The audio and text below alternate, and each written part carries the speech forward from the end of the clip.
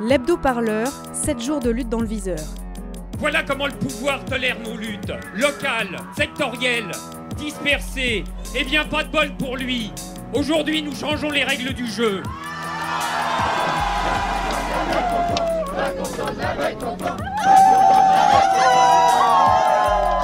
J'aimerais bien qu'on commence à me considérer en tant que tel. Radio Parleur, le son de toutes les luttes. Cette semaine, dans l'hebdo-parleur, les émeutes couleur stabilo. Alors, est-ce qu'on met une majuscule à gilet, Est-ce qu'on met une majuscule à jaune aussi? On a des débats vraiment passionnants au sein de l'équipe de rédaction de Radio Parleur. Et en fait, on a tranché, puisque en moins de 2 semaines, les gilets jaunes sont devenus un vrai mouvement social. On a décidé, comme à Nuit debout, de leur mettre des majuscules pour souligner leur intérêt capital. Alors moi je suis Lozac Tristan, donc l'organisateur principal du mouvement du 17 novembre à Saint-Brieuc. Je suis conseiller funéraire à la base en métier. Et j'ai décidé d'organiser cette manifestation pour un ras-le-bol général, donc pas que la hausse du carburant, mais aussi toutes les décisions politiques qui nous tombent dessus chaque jour, qui nous tuent. Et donc on est là pour notre avenir et ceux de nos enfants. La Ve République, c'est la base, la définition de la Ve République, c'est le peuple, c'est les citoyens. Aujourd'hui, il n'y a rien qui nous ressemble. Les gens qui sont là-haut, les grands pontes, les grands chefs, les grands boss de la nation, aujourd'hui, ne savent plus et ne savent pas comment on vit. Alors, donc moi, c'est Benoît Gilou, j'ai 44 ans. Je suis arrivé dans l'organisation pour m'occuper du départ qui sera de l'aire de Carmoran à Plétan. Les gens qui sont dans ce mouvement, qui sont actifs, vous ne les avez jamais vus ailleurs. Les sondages disent qu'il y a aujourd'hui 8 Français sur 10 qui sont d'accord avec ce mouvement. Vous parlez d'un ras-le-bol général. Est-ce que le mouvement des Gilets jaunes a des revendications précises ? Bien sûr, on a des revendications. On demande le retrait des taxes totales sur la hausse du carburant, la réforme de la CSG que M. Macron a mis en place, qu'elle soit retirée tout de suite, parce que ce n'est pas normal aujourd'hui qu'un retraité qui a travaillé toute sa vie, on lui demande encore de faire des efforts, c'est inadmissible. C'est pas normal non plus que quand on travaille à 30 km de son domicile, qu'on se pose aujourd'hui la question, est-ce qu'on aura assez d'argent pour pouvoir mettre du carburant dans nos voitures? Voilà, aujourd'hui on essaye de nous tuer pour enrichir donc ce qui est en haut, voilà. Les gilets jaunes sont-ils des beaufs clopes au bec, vulgairement avachis sur le faux cuir de leur vrai diesel? Vous sifflez quoi? Je sifflais aux Champs-Élysées. Parce qu'il se passe quoi là en face de nous? Alors moi je vois des gens qui au départ se voulaient rassembler pacifiques parce qu'ils ont des exigences et pas des revendications. Et au final ils se sont fait gazer et ils se mettent un petit peu en colère. Et ce que j'ai vu beaucoup, oui c'est tout à fait, c'est normal. Là on n'est pas encore le samedi 1er décembre. Jour de l'insurrection, selon les mots même du ministre de l'Intérieur Christophe Castaner. Non, c'est une semaine avant, le 24 novembre. Et déjà, des mères de famille, comme disent les cuistres, dressent des barricades enflammées dans Paris. J'ai vu un monsieur de 80 ans qui se suffoquait tout à l'heure. C'est loin d'être un casseur et nous on est pareil. Voilà quoi. Les gens ils se font gazer donc tout le monde court, tout le monde fait ce qu'il peut. Mais tout le monde est soudé, en tout cas tout le monde est solidaire et au moins monsieur Macron il aura réussi ça. Qu'est-ce qui a été fait là? Un barrage pour éviter que les CRS puissent passer et qu'ils nous encerclent quoi. Tout simplement, comme eux ils nous font barrer pour aller voir monsieur Macron, et ben nous aussi on fait des barrages pour pas qu'ils passent. Donc on a quand même une barricade en feu, Je le dis parce que... Bah oui, mais il faut que les gens ils comprennent aussi que... on nous entend plus, on est obligé. On est en train de nous gazer, on est en train de nous arroser d'eau et tout ça. C'est le signal d'alarme. À un moment donné, il faut bien qu'on peut plus respirer. Il y avait un de vos collègues journalistes qui disait malheureusement, et qui je reprends ces mots, malheureusement c'est le seul moyen que ça bouge. C'est un journaliste qui m'a dit ça, pour vous dire. Vous pensez que c'est vrai? Le seul moyen de se faire entendre, c'est de mettre des barricades en feu? Bah moi, c'est pas pour ça que je suis venu de base. Moi, si vous voulez, c'est ma personne. Je pense que personne n'est venu pour ça de base d'ailleurs. Et toutes ces histoires d'extrême gauche, d'extrême droite, c'est des conneries. Il n'y a personne qui est comme ça ici. Il n'y a pas. Et LCI a dit du mouvement des Gilets jaunes que c'était un mouvement FN. Et excusez-moi, mais je trouve que pour un mouvement FN, vous regardez autour de vous, c'est quand même vachement coloré, si vous me permettez l'expression. Ça va au-delà, en tout cas, de la politique qu'on connaît actuellement, c'est-à-dire la gauche, la droite, etc. Ça, c'est des étiquettes qu'on essaye de mettre aux gens pour leur dire, vous avez comme solution, vous avez soit la gauche, soit la droite. La gauche est hypocrite et la droite est méprisante.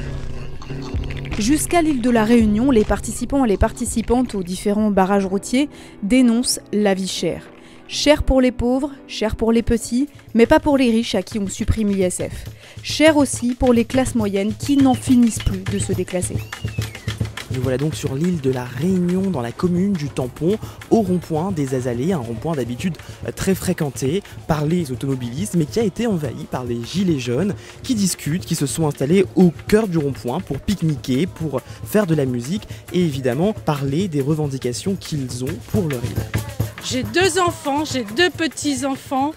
Et c'est à eux que je pense demain. Chacun est libre de venir quand il peut, mais moi je suis là depuis samedi. Parce que je suis là pour défendre mes 2 petits loulous, pour demain. Et j'ai mis ma fierté de côté parce que c'est pas en restant chez moi que j'agis. Pourquoi fait signer cette pétition du coup? Pour la destitution du président. On l'a mis en place, donc il faut qu'il ait ce respect pour nous. Et non pas de dire le riche au pouvoir, les pauvres à la porcherie. Même s'il l'a pas dit comme ça, mais c'est vrai. Et j'ai pas envie d'être cette mouche qui va écraser. Parce que voilà, pour lui, on est rien. Mais il était content de venir chez nous et de nous dire de voter pour moi parce que moi je vais vous donner ceci, je vais vous donner cela. Oui, il nous le donne, mais à quel prix? Si on doit tous en souffrir et mourir pour ça, c'est dommage. Donc on n'est pas là pour ça, donc il faut qu'il montre qu'il est humain. Voilà, avant tout. Bonjour madame, monsieur, comment vous allez bien? Allez, le football! La France! Erika et Nicolas, moi je travaille dans la fonction publique d'État et Erika elle travaille au lycée professionnel à Saint-Pierre.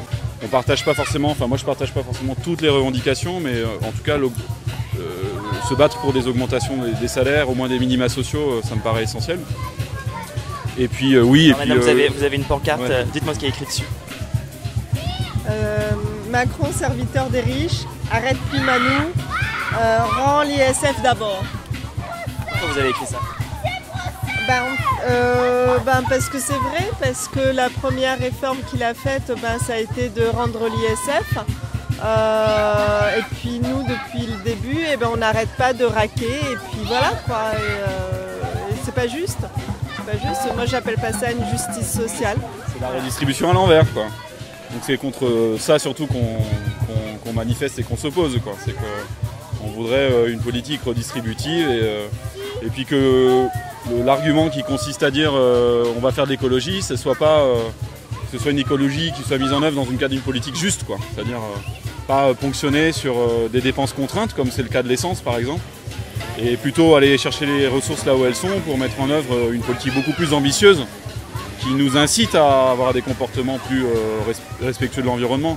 Vous parliez tout à l'heure un peu de Radio Debout et de Nuit Debout. Et je sais ça a un petit peu émergé à La Réunion, mais pas trop, ça n'a pas très bien pris. Comment est-ce que vous voyez ce mouvement-là par rapport à d'autres mouvements citoyens ou d'autres mouvements sociaux qu'on a pu connaître à La Réunion? C'est moins intellectuel. Les gens ont suivi, moi j'ai suivi Nuit Debout, mais c'est vrai qu'à La Réunion c'était suivi par quand même une minorité de personnes, alors que là c'est un appel qui est ouvert du coup à tout le monde, et en particulier les personnes qui revendiquent des choses basiques, quoi. Donc il y a plus de monde là. À Nuit Debout il y avait du monde, mais ça n'avait pas du tout la même couleur que celle qu'on voit là aujourd'hui.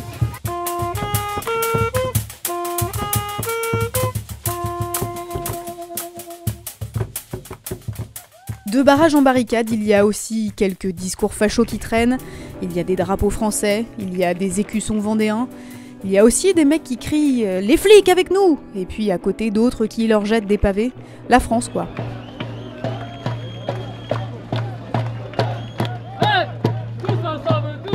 J'ai 52 ans, je suis assimilé fonctionnaire, j'ai pas du tout voté Macron et je voterai jamais de ma vie à droite. Et là je m'aperçois que Macron c'est la définition exacte de l'injustice. Il n'y a pas plus injuste depuis Sarkozy comme injustice. Vous étiez là déjà la semaine dernière? Aussi, ouais, j'étais en province, j'ai bloqué 3 jours en province dans la petite ville de Flers là. Qui pourtant n'est pas du tout gauchiste, gauchisant ou quoi que ce soit, mais les gens ils sont sortis de chez eux, ils ont bloqué, on a bloqué Carrefour, Intermarché, Leclerc, le samedi à midi, le truc il était fermé. C'est la première fois de la vie des gens, là-bas, qu'il y a un truc pareil qui se produit. C'est la première fois. Les gens, ils commencent juste à comprendre ce que c'est que la Macronie. Là, les 10 centimes de gasoil, de 10 centimes de plus pour le gasoil, c'est juste la goutte d'eau qui leur a fait apparaître ce que c'était. Là, ils le voient en direct. La loi travail, la loi contre la sécurité sociale, la loi retraite, c'est loin. Tandis que quand on fait un plein d'essence, le truc, il est immédiat. Et quand on voit qu'il a supprimé 4,5 milliards d'ISF et qu'il rajoute quelques centimes de litres, soi-disant pour des raisons écologiques, ça fait un peu pitié. Et c'est pour ça que les gens ils se disent non, c'est pas possible. C'est juste pas possible. Pourquoi vous dites ça fait pitié, vous y croyez pas à l'argument écologique? Macron écologiste? Ah bah franchement, il faut avoir pris une ligne de coke juste avant de le croire. Hein. Qu'est-ce qui arrive là? Le canon au haut qui arrive. Donc il est temps de partir? Je crois qu'il est temps de bouger un petit peu. Ouais. La goutte d'eau, c'est bien l'essence, les taxes aussi. Mais ce que veulent les gens, c'est un changement démocratique. Parce que justement, on se sent plus représenté. Et alors vraiment plus représenté. Et c'est pour ça qu'ici, toutes les personnes veulent que ce soit apolitique. Parce qu'il n'y en a aucun qui nous représente. On veut passer à autre chose, puisque la démocratie représentative ne marche plus. On veut une démocratie participative. Ce qu'on aimerait voir, c'est pas forcément des politiciens qui ont fait énormément d'études et savent beaucoup de choses. On veut voir des gens qui ont le sens du réel, le concret.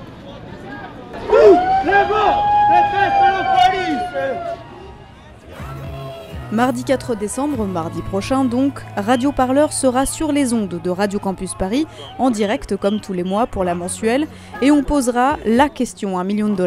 Tous ces gilets jaunes qui se mobilisent parfois pour la première fois, vont-ils parvenir à dépasser leurs problèmes individuels de vie chère pour s'attaquer au système capitaliste, voire même commencer à parler sérieusement d'écologie? À mardi donc sur le 93.9 à Paris, puis en podcast sur radioparleur.net.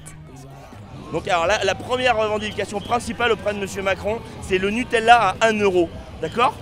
Et aussi des bons chez Kiabi, parce que franchement, une révolte en gilet jaune, c'est pas terrible comme style. Et la principale aussi mesure au niveau de la relance du pouvoir d'achat, M. Macron, on veut la 8,6 à 10 centimes. C'est pas compliqué, on lâche rien, on vient de chercher, on arrive. Et bien sûr, vous retrouvez tous les reportages, Guillaume Hubert à Saint-Brieuc, Loïc Gazard à La Réunion, Clara Menet et Ivan Vronsky à Paris. Tout ça, c'est sur radioparleur.net. Le son de toutes les luttes. Et la semaine prochaine, on parlera un peu de ce qui se passe au sujet des luttes sociales entre deux insurrections de gilets jaunes. Radio Parleur, le son de toutes les luttes. Ah d'accord.